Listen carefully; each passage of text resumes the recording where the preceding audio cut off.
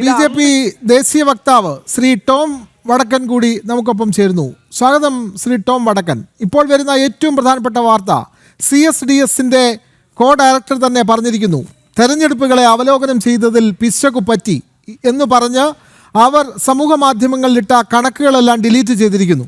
ഈ CSDSന്റെ കണക്കുകൾ വെച്ചാണ് രാഹുൽ നമ്മുടെ രാജ്യത്തെ തന്നെ ഏറ്റവും വലിയ സ്വതന്ത്ര സംവിധാനമായ തെരഞ്ഞെടുപ്പ് കമ്മീഷനെ മുൾമുനയിൽ നിർത്താൻ ശ്രമിച്ചത്.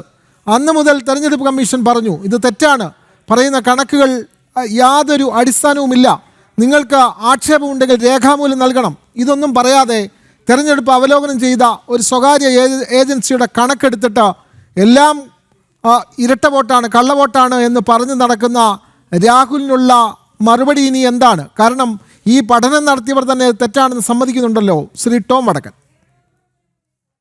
ഈ ഓർഗനൈസേഷന്റെ ഫണ്ടിങ് എല്ലാം ക്ലിയർ ആയിട്ട് ഫോർട്ട് ഫൗണ്ടേഷനും പല ഇന്റർനാഷണൽ ഓർഗനൈസേഷൻസും അവരെ ഫണ്ട് ചെയ്തിരുന്നു. അത് ബേസിക്കലി ഒരു ഇന്റേണൽ ഡിസ്റ്റർബൻസസ് ക്രിയേറ്റ് ചെയ്യാൻ ഒരു നെറേറ്റീവ് ആയിരുന്നു. അത് കാസ്റ്റ് ഇഷ്യൂസിനെ ആംപ്ലിഫൈ ചെയ്യാനുള്ള ഒരു അറ്റംപ്റ്റ് ആയിരുന്നു.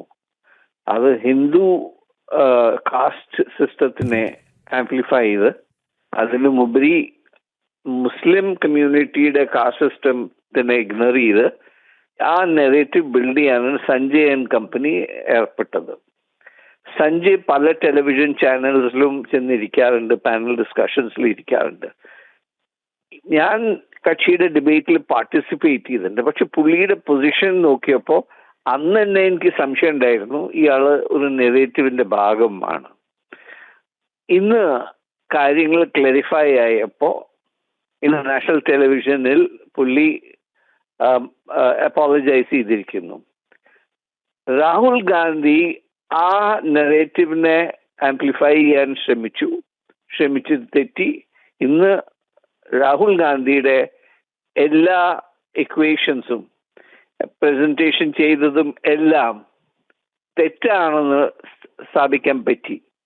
ഇലക്ഷൻ കമ്മീഷൻ എല്ലാ വിഷയത്തിനെ പറ്റി ട്രാൻസ്പെറന്റ് ആയിട്ട് സംസാരിച്ചിരിക്കുന്നു.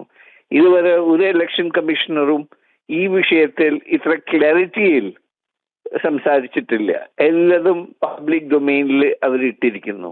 രാഹുൽ ഗാന്ധിക്ക് അഫിഡവിറ്റ് സൈൻ ചെയ്യണം, എവിഡൻസ് ഉള്ളത് കയ്യിൽ ഇലക്ഷൻ കമ്മീഷന് കൊടുക്കണം.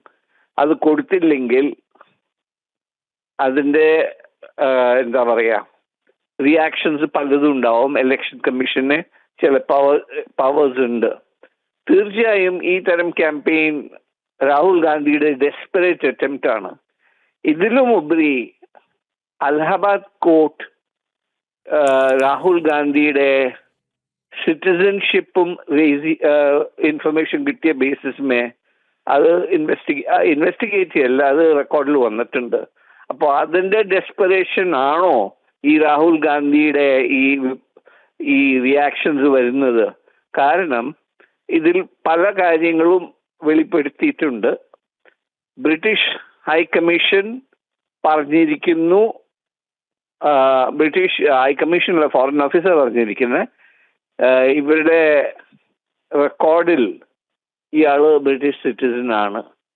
അപ്പൊ ആ പരിഭ്രമത്തിലാണോ കക്ഷി ഈ തരം എന്താ പറയുക campaign anti state, anti electoral നമ്മുടെ ഇലക്ഷൻ കമ്മീഷന്റെ എതിരും ഒരു ഇൻസ്റ്റിറ്റ്യൂഷനും കക്ഷി വിട്ടിട്ടില്ല. സുപ്രീം കോർട്ട് ആയാലും ഇലക്ഷൻ കമ്മീഷൻ ആയാലും ഇന്ത്യൻ ആർമി ആയാലും ഇന്ത്യൻ നേവി ആയാലും ഇന്ത്യൻ എയർഫോഴ്സ് ആയാലും എല്ലാ ഇൻസ്റ്റിറ്റ്യൂഷനെ കക്ഷി ക്രിട്ടിസൈസ് ചെയ്തിട്ടുണ്ട്. സുപ്രീം കോർട്ട് പറഞ്ഞത് കാര്യം സീരിയസ് ആയിട്ട് എടുക്കണം. ഇന്ത്യൻ സിറ്റിസൺ ഒരിക്കലും ഈ തരം ബിഹേവിയറിൽ ഇൻഡൾജ് ചെയ്യില്ല. തീർച്ചയായും ഇത് മാറ്റർ ഓഫ് ഇൻവെസ്റ്റിഗേഷൻ ആണ്. Rahul Gandhi has to apologise to the nation മാത്രമേ ഞാൻ പറയുള്ളൂ. അതെ, വളരെയധികം നന്ദി ശ്രീ ടോം വടക്കൻ.